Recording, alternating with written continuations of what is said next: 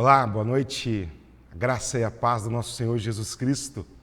Nós novamente juntos para poder, nessa noite, através do nosso culto doméstico, adorar, engrandecer e exaltar o nome do nosso Deus pela fidelidade, pela bondade, pelo cuidado, pelo sustento e a maneira como Ele tem nos protegido nesses dias de pandemia e de coronavírus. Nós vamos iniciar orando nessa noite, agradecendo ao Senhor. Nós estamos nesse culto doméstico de estudo bíblico, estudando o livro de Abacuque. Hoje a gente vai ver Abacuque capítulo 3.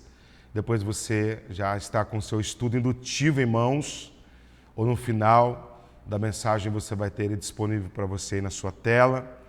E nós vamos, então, concluir como Deus ministrou o coração do profeta e como vai ministrar aos nossos corações. E tem ministrado esses dias. Vamos nos dirigir em oração ao Senhor para que o nosso coração esteja preparado para nós recebermos a boa semente da palavra de Deus. Oremos em nome de Jesus.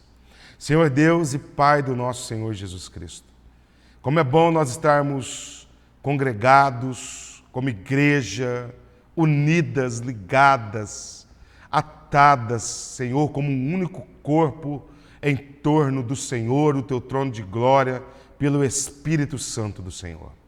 Ainda que estejamos, Deus, distantes, isolados, ainda que estejamos, ó Senhor, geograficamente distantes, mas nós estamos unidos no mesmo propósito em torno da cruz de Cristo. Pedimos nessa noite mais uma vez que o teu Espírito Santo fale conosco, nos ensine através desse estudo bíblico, princípios e verdades que vamos extrair do texto para poder vivermos esses dias de pandemia debaixo da graça, do cuidado e da proteção do Senhor. Que o Senhor visite cada casa, cada lar, cada família. Entre, Senhor, em cada coração e fale conosco pelo teu Espírito Santo. Em nome de Jesus aqui oramos. Amém. Amém? Nós vamos ler agora Abacuque, capítulo de número 3, versículo de número 1, eu quero ler com você. Depois nós vamos ler o versículo 16 em diante. O versículo 1 de Abacuque diz assim, olha: oração do profeta Abacuque sob a forma de canto. Tenho ouvido, ó Senhor, as tuas declarações e me sinto alarmado. Aviva a tua obra, ó Senhor, no decorrer dos anos, e no decurso dos anos, faze-a conhecida na tua ira, lembra-te da tua misericórdia. O versículo de número 16 diz assim: ouviu e o meu íntimo se comoveu, e a sua voz tremeram os meus lábios, entrou em podridão dos meus ossos, e os joelhos me vacilaram, pois em silêncio devo esperar o dia da angústia que virá contra o povo que nos acomete. Ainda que a figueira não floresça, não haja fruto na vide, o produto da oliveira minta, e os campos já não produzam mantimentos, as ovelhas sejam arrebatadas dos apriscos, e nos currais não haja gado, todavia eu me alegrarei no Senhor, me exultarei no Deus da minha salvação. O Senhor Deus é a minha fortaleza, faz os meus pés como os da corça e me faz andar alterneiramente ao mestre de canto para instrumentos de cordas. Que o Espírito de Deus possa revelar a palavra dele aos nossos corações, em nome de Jesus. Nós estamos aprendendo então sobre o profeta Abacuque. Aprendemos na primeira lição, capítulo de número 1, sobre uma sentença de Deus ao seu povo, ao povo de Judá, que desobedeceu a Deus, que virou as costas para Deus, que se afastou do Senhor, que endureceu o coração. E Deus então permite agora a Babilônia, o inimigo implacável do povo de Deus, a assolar o povo com o cativeiro babilônico por 70 anos. O templo foi destruído. Agora as crianças foram mortas, os velhos foram arrastados, os jovens levados prisioneiros para a Babilônia, o culto acabou, a celebração acabou. Eles ficaram isolados agora, mas por 70 anos. E Deus então havia predito, através de vários profetas, que Deus os levaria para o cativeiro, estaria com eles nesse período lá, mas traria-os de volta e restauraria a vida deles. Aprendemos então sobre o juízo de Deus. Aprendemos sobre quando Deus castiga a gente, não para nos destruir, mas para nos trazer de volta para Ele, para poder quebrantar o nosso coração, ministrar as nossas vidas, falar conosco. Aprendemos que Deus usa, sim, as circunstâncias para falar aos nossos corações. Como tem usado agora, a questão da pandemia, do isolamento social, do achatamento da curva, todo esse caos que a gente está vivenciando a nível de mundo, não deixa de ser uma trombeta de Deus. Não deixa de ser um aviso de Deus, do cuidado dele conosco, dele nos trazer de volta para pertinho dele, para ministrar aos nossos corações, para fazer com que a gente aprenda sobre valores, verdades, e aprendemos sobre tudo isso no capítulo de número 1. Depois vimos no capítulo 2 que, passado o período da crise do coração do profeta, do questionamento, como todos nós questionamos a Deus nesses momentos, perguntando: até quando? Até quando, Senhor, eu vou ter que ficar em isolamento? Eu tenho falado com muitos pais, e as crianças já não suportam mais, dizendo: até quando a gente tem que ficar aqui dentro? Não pode mais para casa de vovó, vovô, não podemos mais fazer isso, brincar na rua, fazer aquilo, não podemos mais encontrar os nossos amiguinhos, nossos primos, nossos familiares. Até quando? Está todo mundo nessa crise do até quando. A gente viu no capítulo 2 que passa-se esse momento da tensão, das tensões humanas, do até quando, o profeta toma uma decisão: tirar o foco do até quando e colocar o foco em Deus.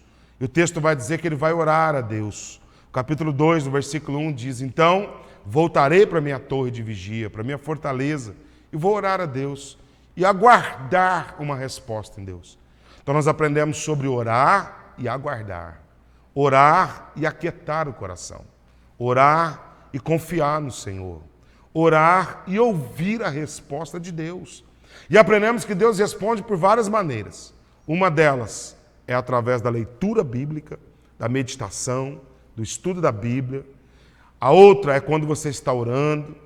A outra é quando você está quietinho com o Espírito Santo. Vem uma impressão no seu coração, vem uma ideia no seu pensamento. O Espírito vai imprimir, uma voz no seu íntimo, um discernimento do momento. Deus também fala através das circunstâncias. Ele fala através do não. Ele fala através do isolamento. Ele fala de diversas maneiras e modos, no seu tempo e no seu modo de agir. E aí aprendemos no capítulo 2 que, além do momento de eu me colocar na torre de vigia, de eu ficar alerta, a torre de vigia é uma questão de estar alerta, de estar atento, eu não posso parar de orar, eu não posso esmorecer, eu não posso desanimar, desistir, desesperar. Eu tenho que entregar, confiar, descansar, e enquanto eu oro, enquanto eu espero, confio e descanso, eu ajo, eu tomo decisões, eu posiciono a minha vida, eu melhoro a minha intimidade com Deus, meu relacionamento com a palavra, com os meus filhos, com o meu cônjuge, com a minha casa, o culto doméstico. Enfim, eu faço o que é de responsabilidade humana.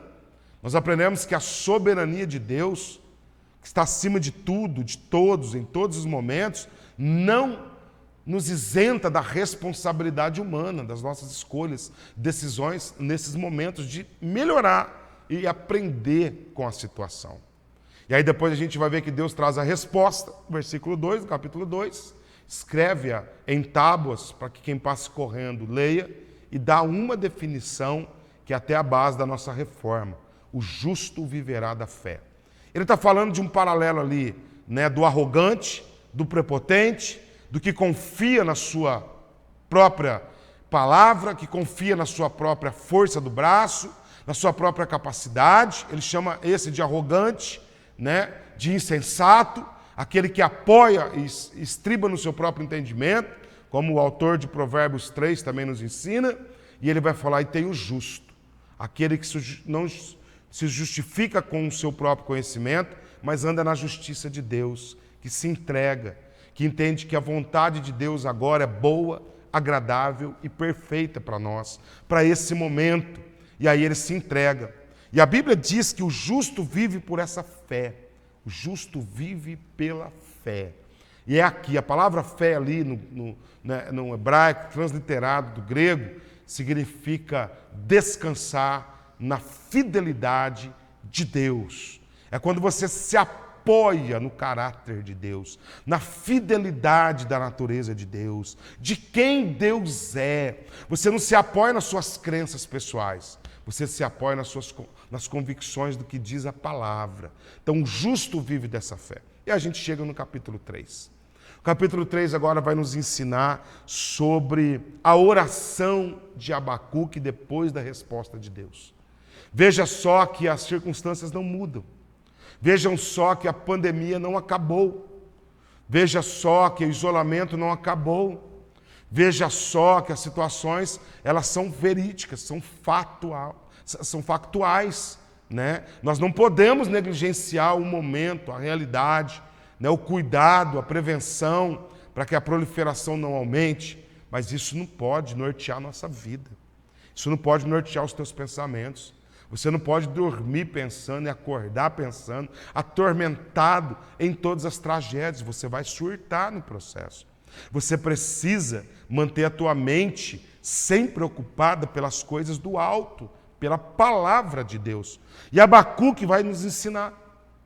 O capítulo 3, versículo 1 diz assim: oração do profeta Abacuque sobre a forma de canto. Ele vai expressar para nós uma arma poderosa nessa guerra. O contentamento, o cântico ao Senhor, a celebração à vida, a adoração ao Senhor, independente das circunstâncias. Eu sempre digo aqui que tocar tamborim, depois que o Mar Vermelho se abriu, qualquer Miriam toca. O desafio é tocar antes. O desafio é você adorar antes do Mar Vermelho se abrir. O desafio é você celebrar antes que a pandemia passe. Antes que o isolamento termine. O desafio é você ter um contentamento em Deus. É você permanecer e prosseguir com o coração sempre grato. E no versículo 2 ele vai dizer: eu ouvi, Senhor, as tuas declarações. Eu estou até alarmado, ele vai dizer. Olha, estou perplexo pela situação, mas eu te peço algo. No meio de tudo que está acontecendo, convença o meu coração, convença o meu espírito que o Senhor tem um controle de todas as coisas, e eu te faço um pedido: aviva a tua obra no meio dos dias. Essa palavra aviva a tua obra é reacenda a chama do Senhor pelo teu espírito no meu coração. Torne mais viva a minha fé, torne mais viva a minha convicção pelo Senhor, pela sua palavra. Ele está se referindo aqui à fraqueza. Ele está se referindo aqui a limitações. A definição dessa palavra, que é shaiá, significa reanimar, reavivar, revigorar, restaurar ao padrão de origem. O que Abacuque está dizendo: Deus, eu estou até alarmado, eu estou perplexo pela situação, mas eu te peço algo: me reanime, me reaviva, reaviva a paixão no meu coração, revigora a minha fé, revigora o meu ânimo, revigora a minha paixão pelo Senhor, pela tua palavra, pela tua causa, pela cruz, por Cristo, pela minha família. Reaviva, traz um reavivamento no meu coração. Irmãos, o que o Espírito de Deus precisa te convencer é que o mesmo Deus que está permitindo tudo isso acontecer é o mesmo Deus que pode nos restaurar. É o mesmo Deus que pode nos reavivar. É o mesmo Deus que pode nos revigorar, nos reanimar. O mesmo Deus que exerceu o juízo, o mesmo Deus que exerceu esse momento, que permitiu esse momento, é o mesmo Deus que vai nos restaurar em nome de Jesus. Essas são as convicções de Deus agora para cada um de nós. O Deus que exerceu o juízo, o Deus que está exercendo o juízo, é o mesmo Deus que vai nos tirar dessa, que vai nos livrar dessa, que vai permitir a gente ser restaurado, sair revigorado da situação, melhor do que nós entramos. Agora você e eu vamos precisar clamar ao Senhor. A Nova Tradução na linguagem de hoje define assim essa palavra: faze, Senhor, em nosso tempo, em nossos dias, as coisas maravilhosas que o Senhor já fez no passado. para que nós também as vejamos. Olha só, como Deus já te usou no passado, como Deus já revigorou sua vida no passado. Para pensar um pouquinho quantos foram os livramentos de Deus na sua vida. Pare para pensar de onde Deus te tirou. Pare para pensar como Deus já operou tanto nas nossas vidas. Quantas intervenções, quantos milagres, quantos livramentos de morte, de destruição. Quantas vezes Deus, no momento dele, que nós achávamos que tudo ia acabar, que não tinha mais jeito, o desespero já tinha tomado conta do nosso coração, ele de repente cria um escape, cria uma situação. Sabe por quê? Ele é o mesmo Deus ontem, hoje e eternamente será. A nossa oração é como do profeta Abacuque, como o Senhor fez no passado, faça de novo agora nos nossos dias. Apressa-nos a nos socorrer, Deus. É aqui que Abacuque vai nos ensinar que nós temos uma oportunidade de prosseguir, de continuar agora a crer nesse Deus que pode revelar o seu poder ao nosso favor. A Bíblia viva, né, ela traz o versículo 2 assim do profeta Abacuque: nesta hora em que precisamos tanto de ajuda, ajuda-nos novamente, como o Senhor fez no passado, mostra o seu poder que pode nos salvar. Mostra-nos o seu poder, mostra-nos o seu favor. A gente como igreja aqui está caminhando sobre o ano do favor de Deus. O favor de Deus se manifesta quando todas as possibilidades humanas acabou. O favor de Deus se manifesta quando o impossível chegou. Lembra Esther? Lembra quando Deus vai intervir em relação à nação, quando o cetro do rei, né, se estende sobre ela, naquele determinado momento. E aí o favor de Deus no livro de Esther nos ensina sobre isso.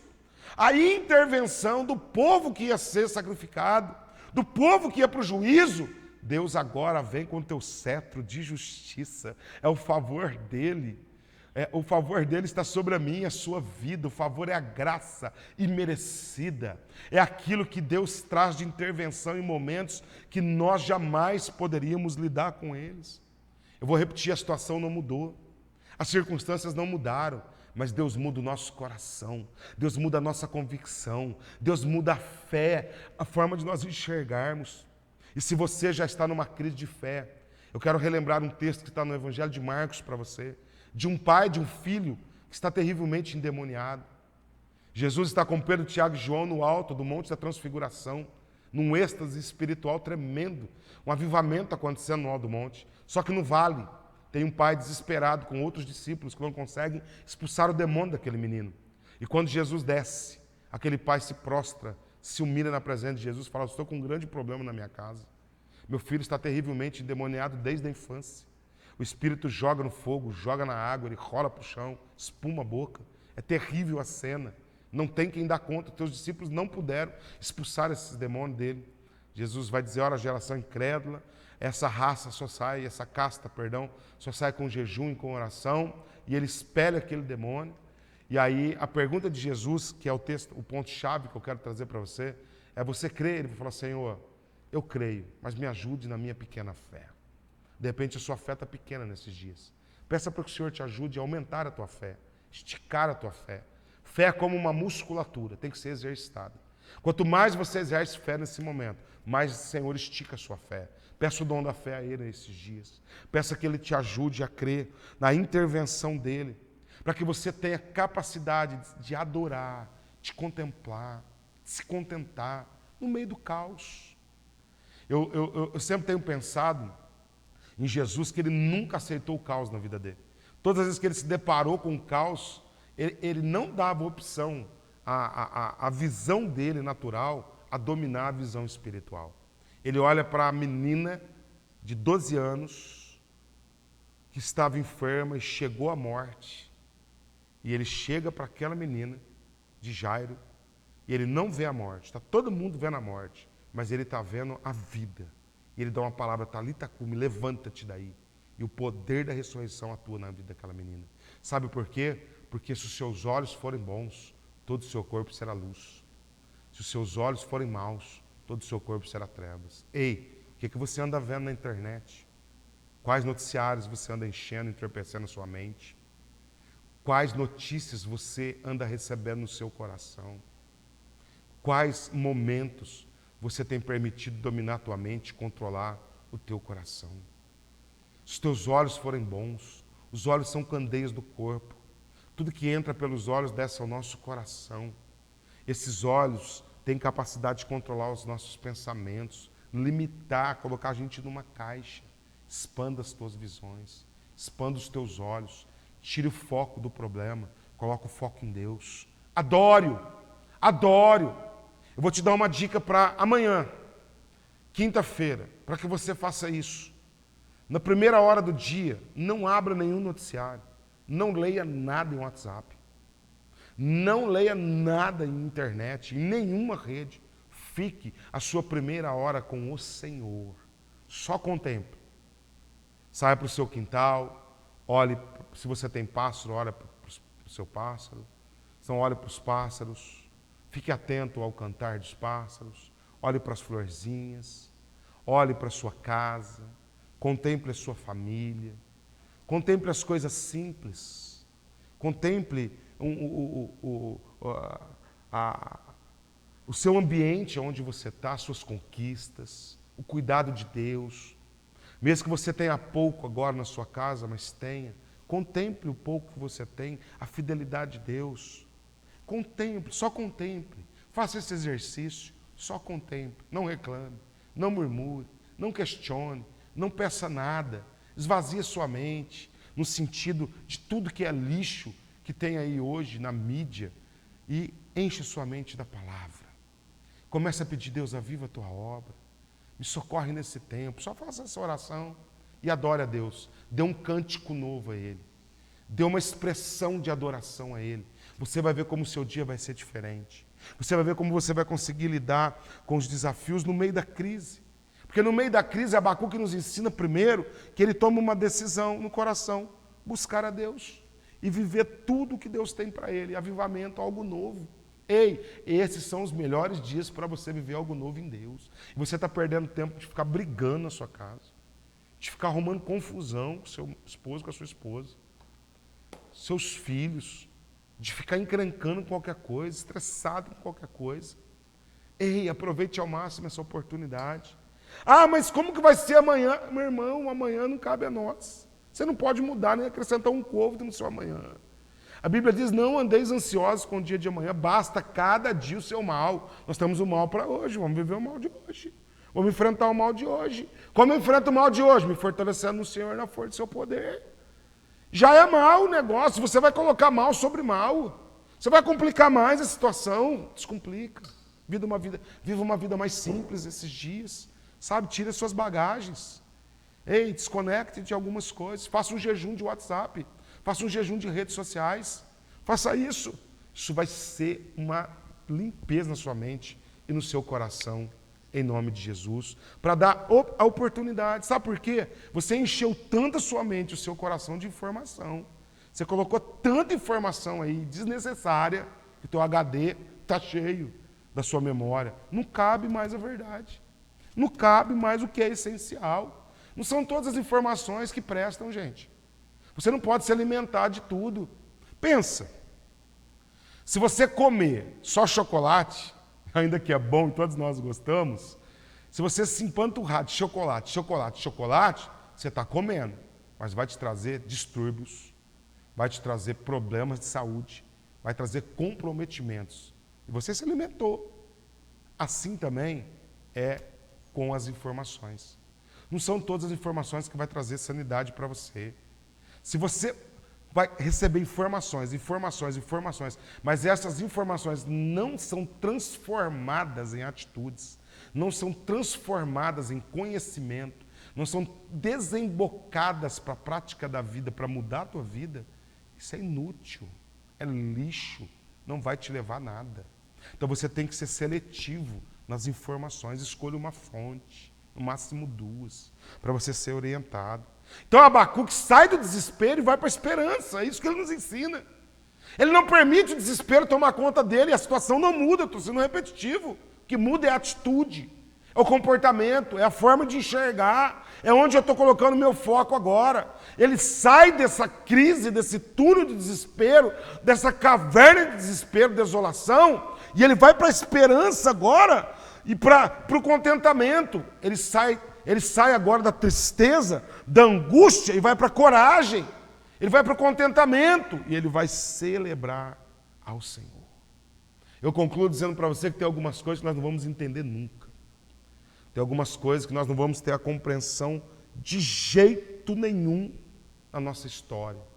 No entanto, que Salomão vai dizer em Eclesiastes 11:5, assim como tu não sabes qual o caminho do vento, nem como se formam os ossos no ventre da mulher grávida, assim também não sabes as obras de Deus que faz todas as coisas. Olha só, o texto está dizendo para cada um de nós que nós não sabemos como é o caminho do vento, sabemos que existe o vento, sentimos o vento. A formação de ossos de uma criança no ventre materno, ainda que nós sabemos que as crianças são formadas até com seus ossos, também nós não conhecemos o caminho de Deus, o agir de Deus, como Deus vai trilhar as nossas vidas nesse propósito e nesse caminho. Mas de uma coisa nós temos certeza, Ele sempre tem um caminho no mar para nós. Ele tem um caminho no deserto. Ele sempre tem luz na escuridão para cada um de nós.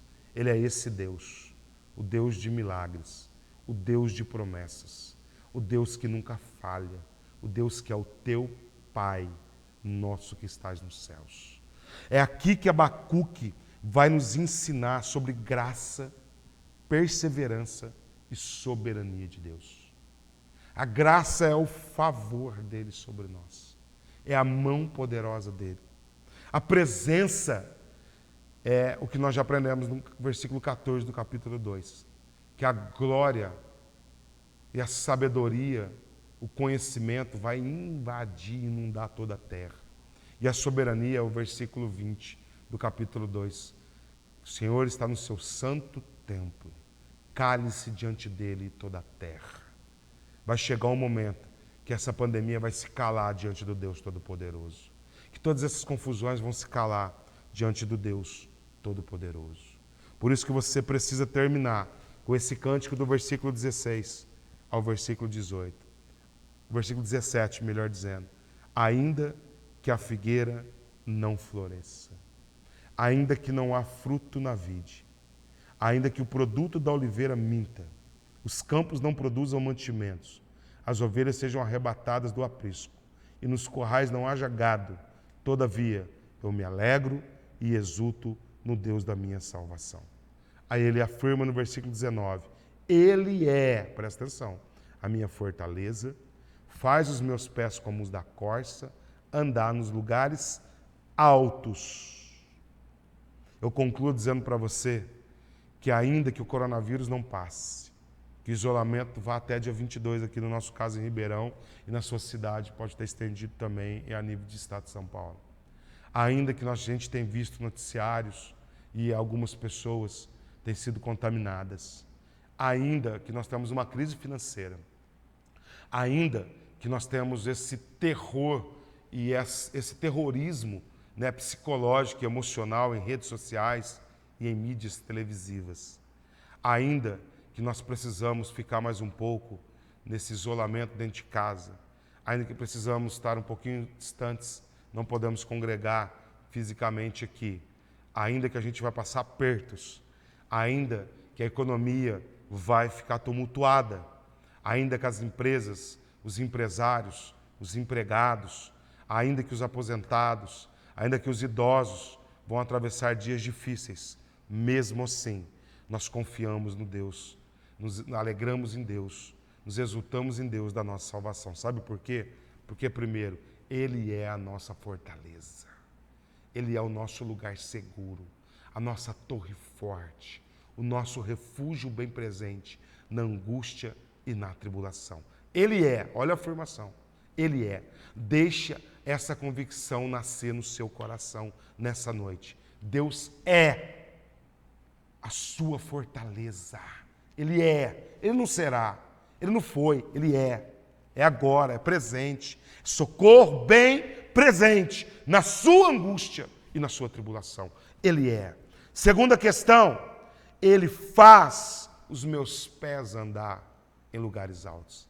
Sabe o que significa isso? É que Ele te coloca acima da tempestade, acima da pandemia, nos lugares celestiais em Cristo Jesus. Por isso que você é mais que vencedor, meu irmão e a minha irmã.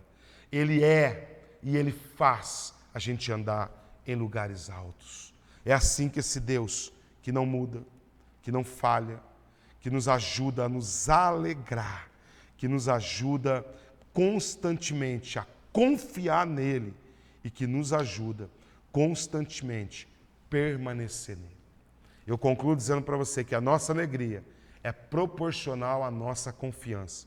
E a nossa confiança é proporcional ao nível de conhecimento que temos de Deus. Quanto mais você conhecer a Deus através da palavra, mais você vai confiar nele. Quanto mais você confiar nele, mais você vai se alegrar nele. A alegria é proporcional ao conhecimento, à confiança que você tem no Senhor. Você só pode confiar em quem você confia, em quem você conhece. Se você não conhece Deus, não tem como você confiar nele. Se você não confia nele, não tem como você se alegrar nele. Por isso que você está desesperado, porque você precisa conhecer mais a Deus. Esses são os melhores dias para você conhecer mais a Deus, para torná-lo conhecido sobre todas as nações. Aproveite, leia a Bíblia, faça o seu devocional, escolha bons livros para você ler nesses dias, escolha bons sites para você navegar nesses dias idôneos, programações, bons filmes, enche a tua cabeça de coisas que prestam, de coisas que são boas, de informações que vão melhorar você. Aproveite para fazer um bom curso, tem vários cursos à distância aí gratuitos nesses dias.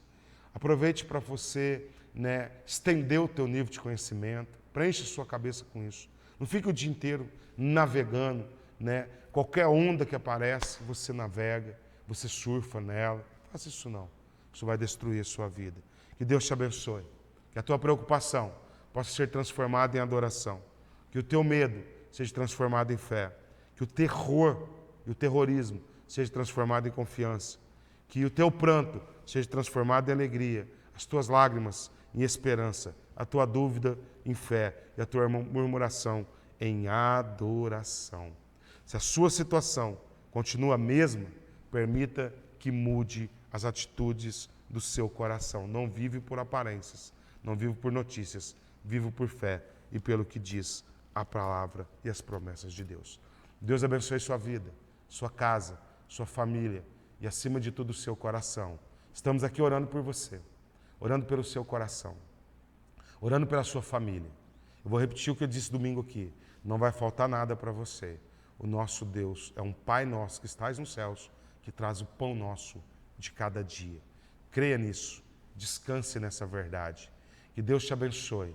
Eu vou concluir dizendo para você que vai ser colocado agora na sua tela o estudo. Se você não recebeu o estudo ainda hoje, durante o dia, está sendo colocado agora, são 3 páginas, um estudo indutivo, com 4 perguntas, para que você possa, com a sua família, terminar esse culto, fazendo esse estudo indutivo e extraindo verdades e princípios e valores daquilo que a gente está aprendendo nessa noite. Com isso a gente conclui os 3 capítulos de Abacuque e na próxima semana tem novidade para você, tá bom?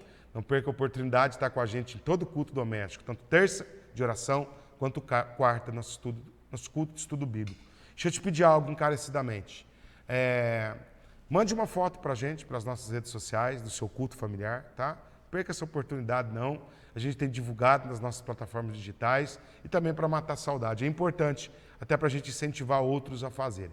Eu tenho percebido que às terças-feiras, muitos, eu não sei se não têm feito o culto doméstico de oração, ou não tem dado tempo, mas tem sido imprescindível esses dias. Deus tem nos dado uma boa palavra pela misericórdia dele. Se você não acompanhou o culto ontem, entre lá no YouTube, no nosso canal, acesse ou nas nossas plataformas digitais para você poder nos acompanhar. Uma palavra muito boa do coração de Deus mesmo. Nós ministramos ontem, Romanos 8, 26 a 28.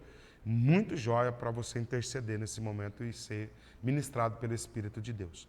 Deus abençoe você. Te encontro domingo. Temos culto 9h30 e 19 horas. Nos ajude a divulgar. O outro pedido que eu quero te fazer é nos ajudar a compartilhar, enquanto você estiver acessando as nossas plataformas digitais. Compartilhe, tem alguns irmãos que não têm conseguido acesso ainda, para que a gente possa alcançar o maior número de pessoas. Esse é o melhor tempo para lançarmos a rede de evangelismo, tá bom, gente? De ganharmos almas para Jesus. E você é o principal agente. Por isso que você tem que conhecer Deus, para tornar-lhe conhecido àqueles que estão desesperados. Deus abençoe sua casa, sua família, e que Deus possa ministrar muito ao seu coração. Boa noite, em nome de Jesus.